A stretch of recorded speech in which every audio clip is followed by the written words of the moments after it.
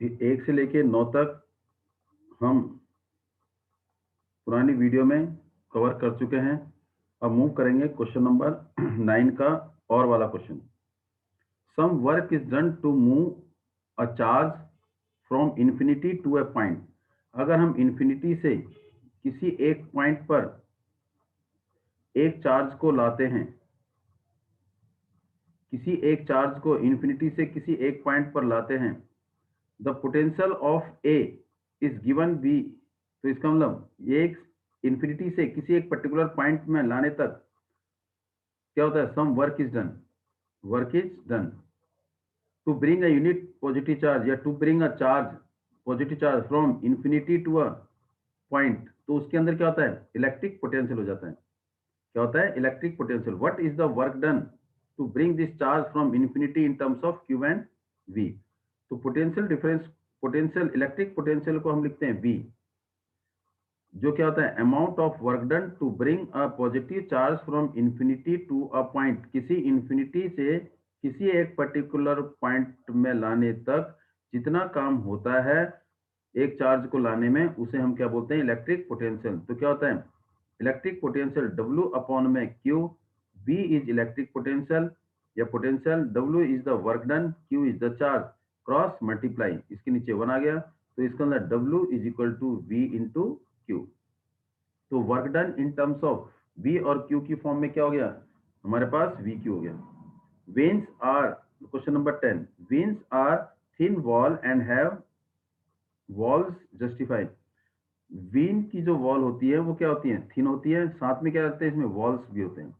अब वो थिन क्यों होती है, क्योंकि veins is a blood vessels which receive the blood. और जब रिसीव ब्लड करता है ये, तो इसका मतलब उस टाइम ब्लड का प्रेशर क्या होता है, कम होता है। तो इसका मतलब ज्यादा उसके अंदर प्रेशर नहीं होता, तो वीन्स में ब्लड प्रेशर ज्यादा नहीं रहता है। और ज्यादा नहीं रहने की वजह से उसमें क्या होती हैं, वॉल्स प्रेजेंट होती हैं। वॉल प्रेजेंट किस लिए होती हैं, ताकि बैकफ्लो ऑफ ब्लड ना हो, ब्लड वापस ना आए, क्योंकि उसके अंदर प्रेशर कम होता है जिससे बैकफ्लो के चांस ज्यादा होते हैं। और वॉल इसलिए प्रोवाइड करता है, प्रोवाइड किया जाता है उसमें, ताकि ब्लड जो है बैकफ्लो ना हो। It mean blood will move in only one direction, आगे की तरफ बढ़ता रहे। तो blood in vein is no longer under pressure, ज्यादा देर तक उसमें प्रेशर ज्यादा नहीं रहता है। और जिसकी वजह से क्या हैव टू वॉल, उसमें क्या होती है, वॉल्स होती हैं to ensure the blood flow in only one direction, जिससे ब्लड केवल एक ही डायरेक्शन में मूव करे, इसलिए उसकी में क्या होती है, वॉल होती है। How is the wall, next question number 11, how is the wall of small intestine adopted for the performing the function of the absorption food. जो स्मॉल इंटेस्टाइन की जो वॉल होती है वो कैसे एब्जॉर्प्शन ऑफ फूड को अडॉप्ट करती हैं, इस एब्जॉर्प्शन ऑफ फूड का काम कैसे करती हैं। क्योंकि in the wall of the small intestine की वॉल में छोटे छोटे क्या होते हैं, finger like, thread like structure होते हैं, thread like structure, finger like structure होते हैं, जिसे हम क्या बोलते हैं, विलीज बोलते हैं। Villi are present in small wall of the small intestine. और ये जो है स्मॉल इंटेस्टाइन में जो विलीज होती हैं, विली के साथ अटैच क्या होती हैं, ब्लड वेसल से अटैच होती है, ब्लड। और ये क्या करती हैं, villis which increase the surface area, surface area को बढ़ाती है। जितना ज्यादा सरफेस एरिया होगा, स्मॉल इंटेस्टाइन के सरफेस एरिया को क्या कर देंगे, बढ़ा देंगे उसके अंदर रह के। तो जितना ज्यादा सरफेस एरिया होगा, absorption of food will take place much more, उतना ही ज्यादा क्या होगा, एब्जॉर्प्शन ऑफ फूड टेक होगा। The inner lining of the small intestine has numerous finger like structure called villi which increase the surface area for maximum absorption of food. जिसमें क्या होगा, maximum absorption of food will take place, क्योंकि किसकी वजह से, villis की वजह से। इसका चॉइस वाला क्वेश्चन है, out of got and tiger. Got और टाइगर, गॉट हमारा क्या है, हर्बीवोरस, टाइगर हमारा क्या है, कार्निवोरस। इसका मतलब ये क्या खाता है, प्लांट एंड इट्स प्रोडक्ट, ये क्या खाता है, flesh, meat. Which one have longer small intestine. Tiger और गॉट में से स्मॉल इंटेस्टाइन की जो लेंथ है वो ज्यादा किस में होती है, गॉट में होती है। और वैसे लॉन्गर स्मॉल इंटेस्टाइन उस ऑर्गेनिज्म होती है जो प्लांट और उसके प्रोडक्ट खाता है। क्यों होती है ज्यादा, क्योंकि प्लांट और प्रोडक्ट में कंपोज होता है सेलुलोज, और जिसको डाइजेस्ट करने में क्या लगता है, टाइम लगता है। और उसकी वजह से जो स्मॉल इंटेस्टाइन होती है हर्बीवोरस या द ऑर्गेनिज्म विच ईट, जो क्या खाते हैं, प्लांट और उसके प्रोडक्ट को खाते हैं, उनकी अंदर स्मॉल इंटेस्टाइन की लेंथ क्या होती है, कंपैरेटिवली ज्यादा होती है। तो justify your answer, goat has longer small intestine because herbivorous eating grass and no need longer small intestine to allow cellulose to be digest. Herbivorous हैं गॉड, और वो क्या खाते हैं, veg plant and their leaves and their product grass, और grass को digest करने के लिए क्या चाहिए, स्मॉल इंटेस्टाइन क्या चाहिए, लॉन्गर चाहिए। तो इसीलिए गॉट में longer intestine, small intestine longer size की होती है। Explain how ozone is deadly, question number 12। Explain how ozone being deadly poison can still perform essential function in our environment. बहुत बड़ा काम करती है, क्यों, क्योंकि ये जनरली ओजोन लेयर जो क्या होता है, O3 होती है, क्या होती है, O3 means 3 atom of oxygen combine together to form a layer of ozone. ये ओजोन लेयर अर्थ पर अगर एंटर हो जाए तो इट इज हार्मफुल। क्यों, क्योंकि इसके साथ क्या होती है, ओजोन, अल्ट्रावायलेट रेज होते हैं ओजोन के साथ, और ये क्या करती है, ओजोन लेयर को, जो ओजोन लेयर है वो अल्ट्रावायलेट रेज को नीचे आने से रोकती हैं। It prevent to enter the ultraviolet rays on the earth, earth पर आने से अल्ट्रावायलेट रेज को रोकती है। अब ये बनती कैसे है, जैसे ही oxygen O2 molecule goes to the atmosphere, stratosphere में जाएगा, तो उसमें जो यूवी प्रेजेंट होती है, अल्ट्रावायलेट रेज, वो क्या करती है, इस ओजोन लेयर को, ऑक्सीजन को तोड़ती हैं। तोड़ती है तो क्या बनता है, ऑक्सीजन प्लस ऑक्सीजन एटम। अब ये जो ऑक्सीजन एटम है, ये किसके साथ जुड़ जाता है, उस ऑक्सीजन मॉलिक्यूल के साथ जुड़ जाता है, तो क्या बनाता है, O3 ओजोन लेयर बनाता है। लेकिन ओजोन लेयर अर्थ पर आने पर हार्मफुल होती है, क्यों, क्योंकि ये अपने साथ क्या होती है, अल्ट्रावायलेट रेज इनके साथ प्रेजेंट होते हैं, क्योंकि प्रोड्यूस अल्ट्रावायलेट रेज वहां पर, और इसीलिए अल्ट्रावायलेट, और लेकिन बेनिफिशियल क्यों है, क्योंकि स्ट्रेटोस्फीयर में ये क्या करते हैं, अल्ट्रावायलेट रेज को नीचे आने से रोकती है। It prevent to it does not allow to enter the ultraviolet rays on the earth, ultraviolet rays को अर्थ में आने से रोकते हैं। ये आपका आंसर है इसका चॉइस वाला question. Give reason why food chain can not have more than one trophic for tropical level. अब जैसे आपका एक एग्जांपल है, ग्रास, फिर डियर, और फिर टाइगर या लायन। सन पर कुछ एनर्जी होती है, सन से एनर्जी एब्जॉर्ब करते हैं प्लांट सोलर एनर्जी की फॉर्म में। जो सोलर एनर्जी से ग्रास या प्लांट पर एनर्जी एब्जॉर्ब होती है वो केवल 1% होती है। और ये जो हमारी सीरीज ऑफ क्या है, ऑर्गेनिज्म, ये सीरीज ऑफ ऑर्गेनिज्म है इन विच वन ऑर्गेनिज्म क्या करता है, दूसरे ऑर्गेनिज्म को क्या करता है, खाता है। किस लिए, to obtain, to get energy and to survive in the environment. तो इसको हम बोलते हैं क्या, ट्रॉपिकल लेवल, वो फूड चेन बोलते हैं, क्या बोलते हैं, फूड चेन। और फूड चेन का हर स्टेप जो है, each step of food chain mean grass, deer और टाइगर, इन्हें हम बोलते हैं ट्रॉपिकल लेवल।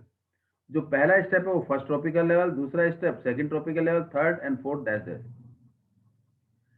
हर एक ट्रॉपिकल लेवल में एनर्जी जो ट्रांसफर होगी, एक ट्रॉपिकल लेवल से दूसरे ट्रॉपिकल लेवल में एनर्जी जो ट्रांसफर होगी वो क्या केवल होगी, 10%। Only 10% of energy is consumed by deer from the grass. Grass से केवल 10% एनर्जी ट्रांसफर होती है, एब्जॉर्ब करता है। बाकी वो अदर बायोकेमिकल, बायोकैटलिस्ट फंक्शन में यूज होती है या वेस्ट चली जाती है। डियर पे जितनी एनर्जी होती है, अगर डियर को टाइगर खाता है तो टाइगर केवल 10% एनर्जी एब्जॉर्ब करता है, और बाकी अदर प्रोसेस में या गोज टू द एटमोस्फेयर या वेस्ट चली जाती है। तो इसका मतलब only 10% energy transfer from one organism to another organism, इसको हम बोलते हैं 10% लॉ। अगर ग्रास के पास 1000 जूल ऑफ एनर्जी है, तो डियर के पास एनर्जी जो रिसीव होगी वो केवल क्या होगी, 10 होगी। और लास्ट में टाइगर को कितनी रिसीव एनर्जी होगी, 1 जूल एनर्जी होगी। इसका मतलब ग्रास के पास 100 जूल एनर्जी थी, टाइगर के पास आई कितनी एनर्जी, केवल 1 जूल। अगर मान लो और ट्रॉपिकल लेवल चौथा होता तो उसको मिलती 0.1 जूल। तो इसका मतलब जितनी ज्यादा ट्रॉपिकल लेवल होंगे, नंबर ऑफ ट्रॉपिकल लेवल, उतनी एनर्जी क्या हो जाएगी, कम होती जाएगी। और लास्ट वाले ट्रॉपिकल लेवल में क्या होगी, बहुत कम एनर्जी बचेगी। इसीलिए जो ट्रॉपिकल लेवल है वो 4 या 4 से ज्यादा नहीं होने, 4 होने चाहिए लेकिन 4 से ज्यादा नहीं होने चाहिए, क्योंकि 4 से ज्यादा होने में एनर्जी क्या होती है, लास्ट वाले ट्रॉपिकल लेवल में ना के बराबर बचती है। इसीलिए ट्रॉपिकल लेवल मिनिमम होने चाहिए, लिमिटेड होने चाहिए, not more than 4। According to, अभी क्या कहता है देखो, according to 10% law, only 10% energy transfer from one tropical level to, एक ट्रॉपिकल लेवल से दूसरे ट्रॉपिकल लेवल में केवल 10% एनर्जी ट्रांसफर होती है। देखो आपने कहा था ग्रास में कितनी है 100, तो यहाँ पर कितनी 10% हुई। 10% ऑफ किसका, 100 का, तो क्या बचा 0,000, तो 10 जूल बच गया। अच्छा 10% ऑफ किसका, 10 अपॉन में 100 किसका, 10 का, कितना आ गया 1 जूल आ गया। तो आगे 10% होगा और कम हो जाएगी। The energy loss in each step, energy loss ज्यादा होती है, गेन कम होती है। तो very little energy remain in the fourth tropical level. तो इसका मतलब फोर्थ ट्रॉपिकल लेवल में एनर्जी क्या होती है, बहुत कम बचती है। तो इसीलिए 4 ट्रॉपिकल लेवल से ज्यादा नहीं होने चाहिए फूड चेन में। ये हमारा question number 12। Question number 13, state the role of pancreas in the digestion of the food. Food के डाइजेशन में पेनक्रियाज का क्या रोल है। पेनक्रियाज बड़ा मेन रोल काम करता है during the process of digestion. क्या काम करता है, it secretes the digestive juice, juice produce करता है जो हेल्प करता है किसको, फूड को डाइजेस्ट करने में। और उस जूस में क्या होते हैं, एंजाइम होते हैं। क्या होते हैं, enzyme. This juice which is secreted bye, the juice which is secreted bye pancreas contain enzyme. उस जूस में एंजाइम जो होंगे वो कौन कौन से होंगे, ट्रिप्सिन होता है और एक क्या होता है, लाइपेज। एक ट्रिप्सिन और एक लाइपेज। जो ट्रिप्सिन है वो क्या करता है, प्रोटीन को डाइजेस्ट करने में हेल्प करता है।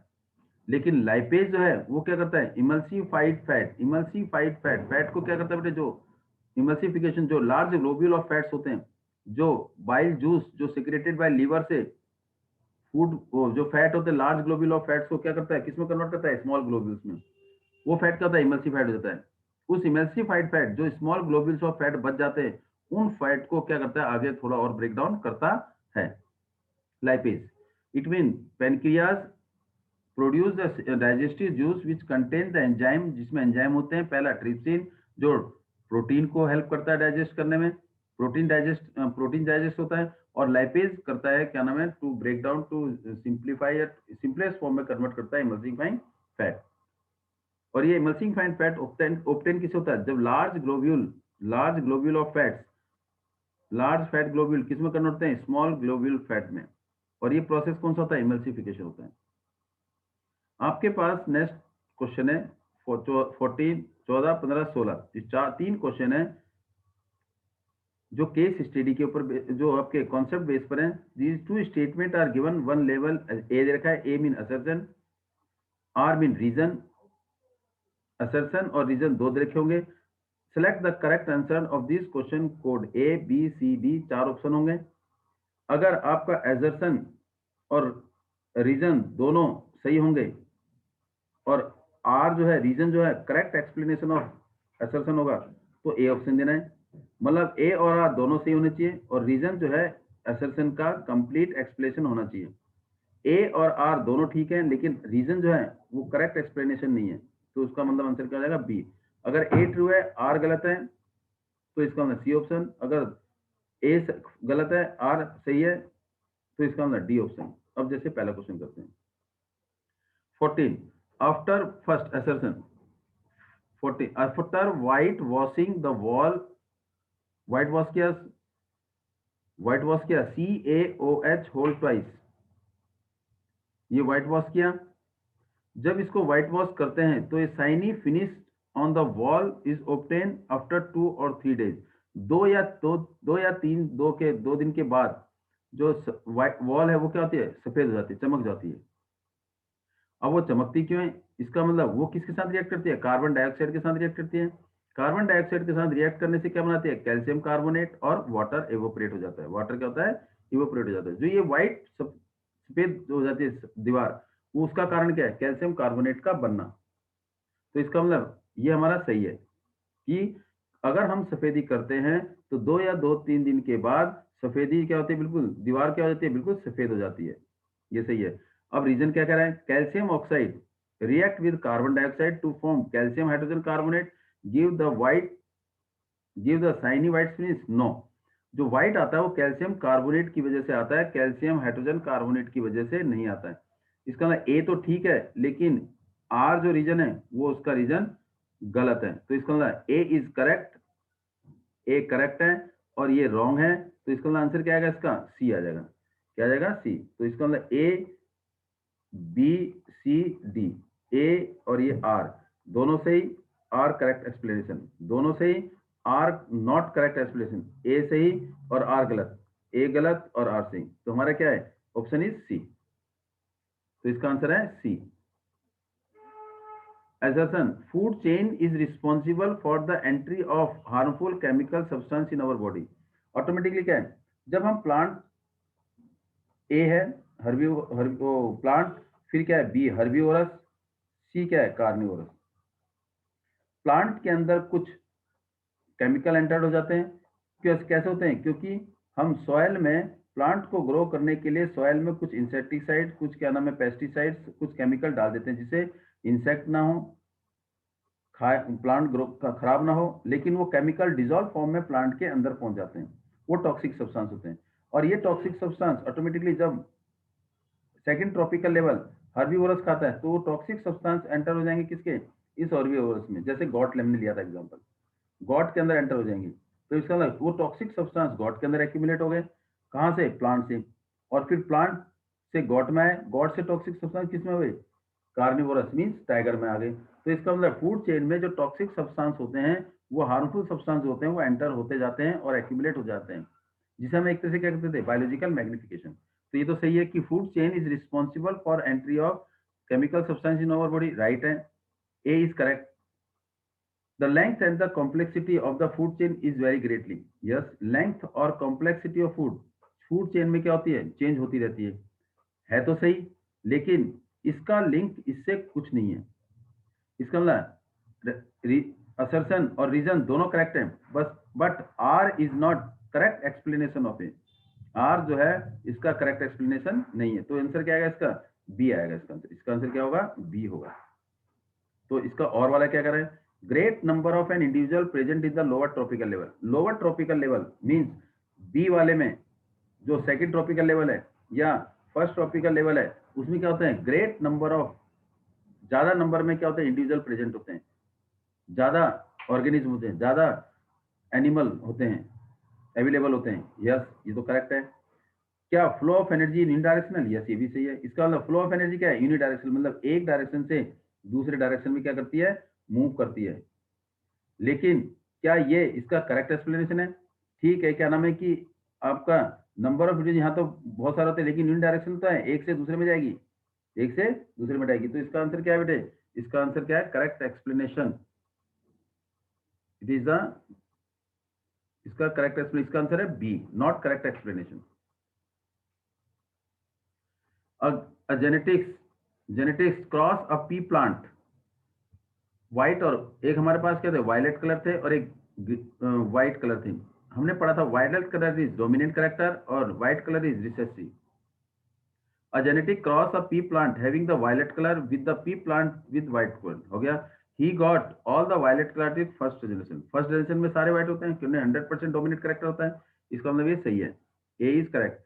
White colour of the gene is not pass to the generation next generation, इसका मतलब white colour gene is not passed on the next generation, तो क्या व्हाइट कलर नेक्स्ट जनरेशन में पास नहीं होते, इसका मतलब क्या है, फर्स्ट जनरेशन में जब 100% आए तो इसका मतलब व्हाइट कलर फर्स्ट जनरेशन में नहीं पास हुए, तो इसका मतलब क्या है, ये हमारा क्या हो जाएगा, ये करेक्ट एक्सप्लेनेशन है, तो इसका मतलब हमारा आंसर क्या आ जाएगा, इसमें ए आ जाएगा।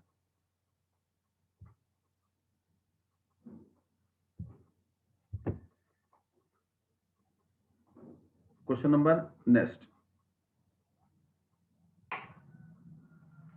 Question number 17 to 20 contain 5 sub, 17 से लेके 20 तक 5 सब टॉपिक हैं, you are expected to any 4 of the sub part of this question, 5 उसके पार्ट हैं लेकिन आपने आंसर किसको देने, केवल 4 पार्ट को।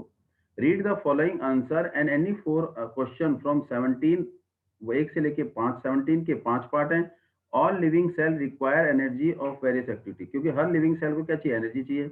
This energy is available to break down the simple carbohydrate either by oxygen or without oxygen। इसका मतलब इस एनर्जी जो अवेलेबल होती है, break down the simple carbohydrate, इसका मतलब फूड को ब्रेक डाउन करती है इन प्रेजेंस ऑफ ऑक्सीजन और इन absence of oxygen. Presence of oxygen होगा तो उसे बोलेंगे एरोबिक और एब्सेंस ऑफ ऑक्सीजन होगा उसे बोलेंगे एनारोबिक। एक होता है लैक ऑफ ऑक्सीजन, जिसे हम क्या बोलते हैं, जिसमें क्या होती है, बनती है formation of lactic acid. First case क्या करा है,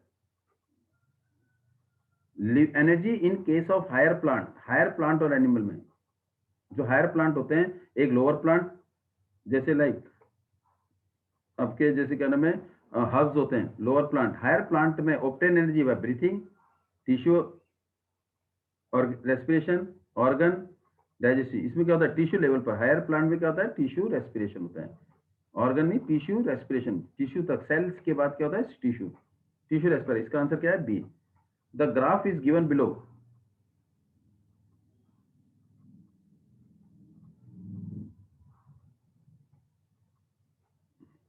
below the blood lactic acid convert the athlete race, 400 meter की दौड़ लगाता है एक एथलीट, और पी पर पहुंचे। देखो ग्राफ दे रखा है ब्लड, ये क्या है, ब्लड लैक्टिक ये है, ये 400 मीटर की दौड़ लगाता है। तो स्टार्टिंग में उसकी बॉडी के अंदर लैक्टिक एसिड ना के बराबर था स्टार्टिंग में। जैसे जैसे उसने दौड़ लगाई तो लैक्टिक एसिड की फॉर्मेशन क्या हो गया, बढ़ती चली गई। जब वो बहुत तेज है तो लैक्टिक एसिड फॉर्मेशन क्या हो गई, बढ़ती चली गई। इसका मतलब उसके अंदर एनर्जी क्या थी, एनर्जी क्या हो गई थी, रिक्वायरमेंट ज्यादा हो गई थी। इसका मतलब उसकी बॉडी के अंदर ऑक्सीजन की कमी हो गई थी, जिसकी वजह से क्या है, लैक ऑफ ऑक्सीजन, जिसकी वजह से क्या, लैक्टिक फॉर्मेशन बढ़ गया, क्योंकि वो बड़ी तेजी से दौड़ रहा था। तो अब इसका मतलब क्या, lactic acid production has occur athlete while running in 40-100 days. 400 meter की जब दौड़ दौड़ रहा था तो उसके अंदर क्या नाम है, लैक्टिक एसिड बन रहा था। विच ऑफ द फॉलोइंग, इसका मतलब लैक्टिक एसिड किसकी वजह से बनता है, इन द एरोबिक रेस्पिरेशन। तो aerobic no, anaerobic, in absence of lack of oxygen. क्या होगा ये, लैक ऑफ ऑक्सीजन, जो किस में आता है, एनारोबिक रेस्पिरेशन में आता है। किस में आता है, एनारोबिक रेस्पिरेशन में। तो बी आंसर है इसका। Next, study the graph represent the amount of energy supplied to with respect to time while athlete running the full speed. जब एथलीट पूरी बड़ी तेजी से दौड़ता है तो उसके अंदर लैक्टिक एसिड फॉर्मेशन क्या होता है, बहुत ज्यादा बनता है। इसका मतलब एनारोबिक फर्मेंटेशन होता है, ऑक्सीजन की कमी हो जाती है। Choose the correct combination of plot and justification your table. अब इसको करने देखो ध्यान से, जब वो बड़ी तेजी से दौड़ रहा है तो एनर्जी सप्लाइड, यहाँ पर क्या है, एनर्जी सप्लाइड क्या है, हाँ सही है सही है। लेकिन ये क्या हो गया, जैसे ज्यादा देर दौड़ ज्यादा रहा है तो शुरू शुरू में एनर्जी सप्लाई ज्यादा है। जब दौड़ेगा तो एनर्जी सप्लाई ज्यादा होनी चाहिए, लेकिन उसके बाद एनर्जी सप्लाई क्या है, कम है। तो इसका मतलब क्या है, ये रहूंगा, इसका मतलब ये क्या है, इसमें एनर्जी सप्लाई ज्यादा है, जैसे जैसे टाइम बढ़ा तो एनर्जी सप्लाई ज्यादा है। तो इसमें क्या होगा, ये एरोबिक है, ये क्या है एरोबिक, और ये क्या है एनारोबिक, क्योंकि इसमें ऑक्सीजन की कमी है, ऑक्सीजन क्या है, कम है।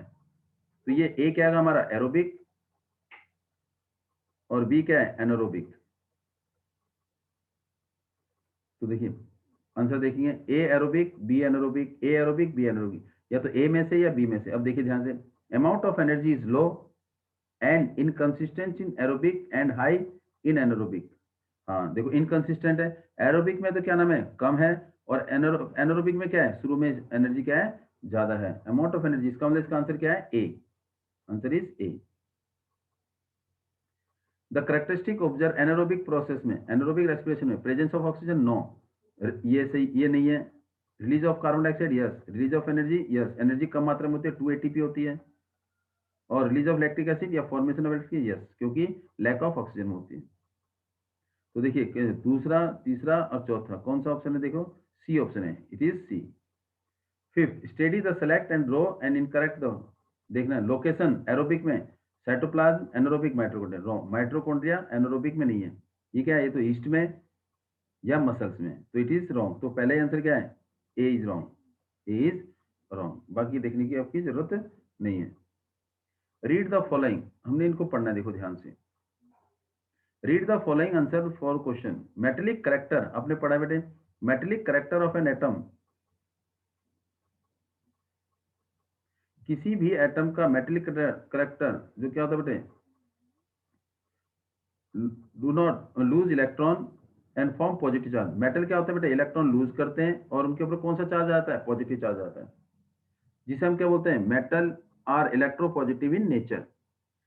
और ये metallic character means which can lose easily, जो मेटल जल्दी से लूज इलेक्ट्रॉन करता है वो क्या होता है, ज्यादा मेटेलिक करेक्टर शो करता है। डाउन द ग्रुप ऊपर से नीचे मेटेलिक करेक्टर क्या होते हैं, इंक्रीज होती हैं, due to the atomic size increase होता है। ऊपर से नीचे metallic character, metallic property increase होती है, लेकिन across the period metallic property क्या होती है, लेफ्ट टू राइट वो क्या होती है, डिक्रीज होती है। Left to right metallic property decrease होती है, ऊपर से नीचे मेटेलिक प्रॉपर्टी कम होती है, बढ़ती है सॉरी, और लेफ्ट टू राइट क्या होती है, कम होती है। क्यों? एटॉमिक साइज क्या होता है, कम होता जाता है। लेकिन नॉन मेटेलिक कैरेक्टर क्या करें, ability to of an atom to accept the electron to form the negative ion, क्या करता है, इलेक्ट्रॉन को एक्सेप्ट करता है और कौन सा चार्ज आता है उसके ऊपर, नेगेटिव चार्ज आता है, जिसे हम क्या बोलते हैं, non metallic character by electronegativity. Negative charge आएगा तो electronegativity. The element having the high electronegative have higher tendency to gain electron, जिस एटम में इलेक्ट्रोनेगेटिव ज्यादा होगी तो इसका मतलब वो इलेक्ट्रॉन जल्दी गेन करेगा, उसे बोलेंगे एनायन। इसका मतलब negative charge anion. Down the group, ऊपर से नीचे जो नॉन मेटेलिक कैरेक्टर है वो घटती है। क्यों? क्योंकि एटॉमिक साइज बढ़ जाता है। Across the period non metallic characteristic बढ़ती है। Left to right negative charge increase होते हैं due to decrease in the atomic size. अब उसने पहला पॉइंट पूछा है, which of the following correct representation decrease in metallic character in alkali metal. Alkali metal का मतलब है एक ही ग्रुप के, सेम ग्रुप, एक ही ग्रुप के, एक ही ग्रुप के, किसके ग्रुप के, एक ही, एल्कली मेटल एक ही ग्रुप के मींस ओनली किसके, फर्स्ट ग्रुप के, किसके, ऊपर से नीचे जब आते हैं down the group metallic character क्या होते हैं, कम होते हैं। अब डिक्रीज होते हैं, रिप्रेजेंट करना है वो, इसमें तो इंक्रीज होते हैं, लेकिन उसने क्या कहा, डिक्रीज में ऑर्डर में। डिक्रीज का मतलब जब ऊपर से नीचे मेटेलिक कैरेक्टर क्या होता है, इंक्रीज होते हैं, तो क्यों, साइज बढ़ता है, साइज बढ़ता है। लेकिन हमने किस फॉर्म में लिखना है, डिक्रीजिंग में, घटते हुए क्रम में, मींस पहले साइज बड़ा फिर छोटा फिर छोटा, पहले सबसे साइज बड़ा देखिए, पहले क्या है सबसे बड़ा, देखो इसमें सबसे बड़ा साइज कौन सा है, सबसे बड़ा साइज है हमारा सी एस, पहले क्या आएगा सी एस, फिर क्या आएगा आर बी, फिर क्या आएगा पोटाशियम, क्योंकि एल्कली मेटल ये है ना कि ये क्या है हेलोजन, फिर सोडियम, फिर lithium, C S R B K, देखिए ध्यान से, पहले सी एस आ रहा है, यस आर बी के, सी एस आर बी के, ये वाला सी आंसर है, इसका आंसर क्या है सी, क्योंकि साइज ऊपर से नीचे बढ़ता है। मेटेलिक कैरेक्टर हमने घटते क्रम में लिख दिया है, तो पहले बड़ा साइज फिर उससे छोटा फिर उससे छोटा। Hydrogen is place along the alkali metal, hydrogen को कहाँ रखा है, एल्कली मेटल के कैटेगरी में रखा इन मॉडर्न पीरियडिक टेबल, लेकिन वो कैरेक्टरिस्टिक कौन सा दिखाता है, non metal. Hydrogen has one electron and ready to lose electron to form the negative charge, नहीं, hydrogen can easily lose one electron alkali metal to form a positive ion, ये है, इसका मतलब लूज करता है क्योंकि वो कैरेक्टरिस्टिक किसी दिखा रहा है, एल्कली की दिखा रहा है, तो इसका मतलब लूज करेगा और उसके ऊपर चार्ज कौन सा आ जाएगा, पॉजिटिव चार्ज आ जाएगा। Which has the higher electronegativity, fluorine, chlorine, bromine, iodine. Electronegativity ऊपर से नीचे हाईएस्ट, देखो fluorine highest electronegativity, which has the highest electronegativity, fluorine, chlorine, bromine या आयोडीन, किसकी इलेक्ट्रोनेगेटिविटी सबसे ज्यादा है। अब देखो क्लोरीन क्या है, फ्लोरीन दोनों तीनों क्या है, हेलोजन ग्रुप है, क्या है ये, हेलोजन ग्रुप, तो इलेक्ट्रोनेगेटिविटी हाईएस्ट किसकी, इसका मतलब विच एक्सेप्ट मोर, और इलेक्ट्रोनेगेटिव ऊपर से नीचे क्या होती है, ऊपर से नीचे क्या होती है, डिक्रीज होती है, क्या होती है, डिक्रीज होती है। तो सबसे ऊपर कौन है, फ्लोरीन है, फिर क्या है, क्लोरीन, तो इसका मतलब हायर नेगेटिविटी किसकी है, फ्लोरीन की है, तो answer is A. Identify the gradual change, identify the reason gradual change in the electronegativity halogen group down the group, down the group halogen की इलेक्ट्रोनेगेटिव क्या होगी बेटे, डाउन द ग्रुप बढ़ेगी या घटेगी, इलेक्ट्रोनेगेटिविटी तो घटती है, लेकिन उसका रीजन बताना है, घटती क्यों है। Electronegative increase, no, electronegative decrease होती है down the group due to decrease in the tendency to lose electron, tendency to lose electron, नहीं वो इलेक्ट्रॉन लूज नहीं करता, तो ये भी गलत है। इलेक्ट्रोनेगेटिव डिक्रीज होगा, हाँ, डाउन द ग्रुप बिल्कुल ठीक है, due to increase in the atomic size, क्योंकि एटॉमिक साइज क्या होता है, बढ़ता जाता है, और गेन ऑफ इलेक्ट्रॉन क्या होता है, डिक्रीज होता है, तो इसका मतलब कौन सा आंसर है इसका, ए सी, क्योंकि ऊपर से नीचे इलेक्ट्रोनेगेटिव की घटती है, और क्यों घटती है, क्योंकि उसका साइज बढ़ जाता है, और गेन इलेक्ट्रॉन की टेंडेंसी क्या होती है, कम हो जाती है। Which of the following is correct, fifth part, चार पार्ट करने हैं आपने केवल, इसमें पांच में से चार पार्ट करने हैं। Which of the following reason correctly justify the fluorine has the smallest atomic radius than the, क्योंकि फ्लोरीन का एटॉमिक रेडियस छोटा है, जबकि फ्लोरीन कहाँ आता है, राइट की तरफ आता है, लिथियम लेफ्ट की तरफ आता है, लेकिन फिर भी फ्लोरीन का साइज छोटा है। क्यों? फ्लोरीन और लिथियम सेम ग्रुप नहीं है। Fluorine and lithium same period में। Atomic size is increase across the period due to increase the number of cell नहीं बढ़ते, तो इसका मतलब number of due to the increase in number cell, ये भी सही नहीं है। तो इसका मतलब क्या है? Have same group, no. Lithium and same period में सेम है। Across the period atomic size decrease from the left right. क्या आंसर है इसका? डी। क्योंकि सेम पीरियड ये भी है, बी भी है और डी भी है, लेकिन इसका रीजन क्या है? क्योंकि down across the period left to right क्या होता है? साइज क्या होता है? घट जाता है। तो इसका आंसर क्या है? D. Read the following and and answer the following. Sumit wanted to see the sky. She know that she need telescope to see the distant star. Star को देखने के लिए उसको टेलीस्कोप चाहिए. She find out the telescope which is made of lens is called the refractive telescope. Which one is made up of mirror is reflective telescope. जो lens से बना है उसे रिफ्रैक्टिंग टेलीस्कोप बोलेंगे, और जो मिरर से बना है उसे रिफ्लेक्टिंग टेलीस्कोप बोलेंगे. She decided to make the refracting telescope. उसने डिसाइड किया refracting means लेंस यूज किया. She brought two lens L1 L2 out of L1 is bigger than L2. L1 जो था L2 से बड़ा था. The larger lens gathered and bent the light while the smaller lens magnified. Larger lens gathered और bend ज्यादा कर रहा था लाइट को, smaller lens जो था magnified कर रहा था. Thick lens are more powerful. Thick lens जो था ज्यादा पावरफुल का था. So see far away, she needed big powerful lens. Unfortunately, she realized a big lens is very high. फिर भी उसने पावरफुल था, बड़े साइज देख रहा था, लेकिन उसने कहा बहुत भारी है, इसे उसने यूज की. Heavy lens is hard to make and difficult to hold the right place. जो हैवी लेंस होते हैं वो हार्ड होते हैं, लेकिन वो होल्ड करने में क्या होते हैं? डिफिकल्ट होते हैं सही जगह पर लगाने के लिए.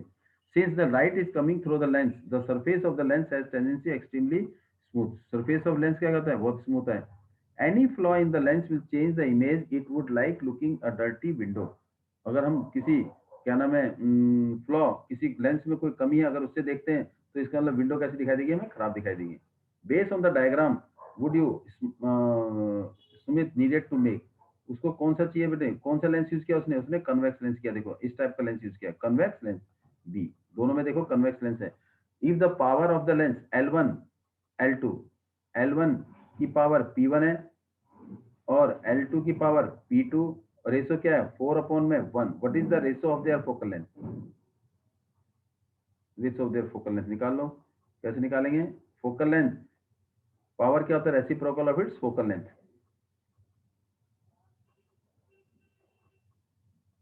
तो क्या करेंगे? 1/में F1, फिर 1/ में F2 is equal to F2 ऊपर आ जाएगा. F2/में F1 इज इक्वल टू 4/1.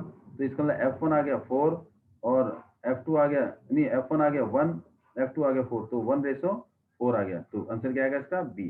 क्योंकि power is the reciprocal of its focal length. P1/में P2, 4/में 1. P1 की वैल्यू का फॉर्मूला क्या होता है? 1/में F, 1/में F1, 1/में F2. F2 कहाँ जाएगा? ऊपर, F1 नीचे आ जाएगा. तो 1:4 आ गया. What is the formula of magnification obtained of a lens? Magnification क्या होता है? The ratio of the height of image to the ratio of height of object. Ratio of height of image to the height of object. Sumit did some preliminary experiment with the lens and found out that magnification of eyepiece is L212. इसका मतलब magnification lens 2 का 3 है. If the experiment with L2 found the image mean V आ गया. V कितना है? 24. तो at what distance she put the object? तो V/में U is equal to M होता है. तो V की वैल्यू 24/में U is equal to M हो गया 3. तो क्या आएगा? तो cross multiply 3, U is equal to 24, U is equal to 24/में 8 और 3 इज इक्वल टू क्या आएगा? 8 आ जाएगा. तो आंसर इज 8. तो इसका आंसर कितना है? 8 है. फोर्थ का आंसर है 8. Sumit bought so thick. उसने बहुत थिक लेंस लिया for the telescope and polish them. Polish कर दिया. जब उसे थिक लिया तो उठाने में प्रॉब्लम होती है, लगाने में प्रॉब्लम होती है, और पॉलिश करने के बाद वो नजर नहीं आ रहा था सादा. It is advantage if any she have with her choice lens. क्या उसका कोई फायदा हुआ था? She will not have any advantage. The thicker lens have made the lens telescope easier to handle. नहीं है. So not thick lens make the telescope very heavy and also considerable amount of light to pass on.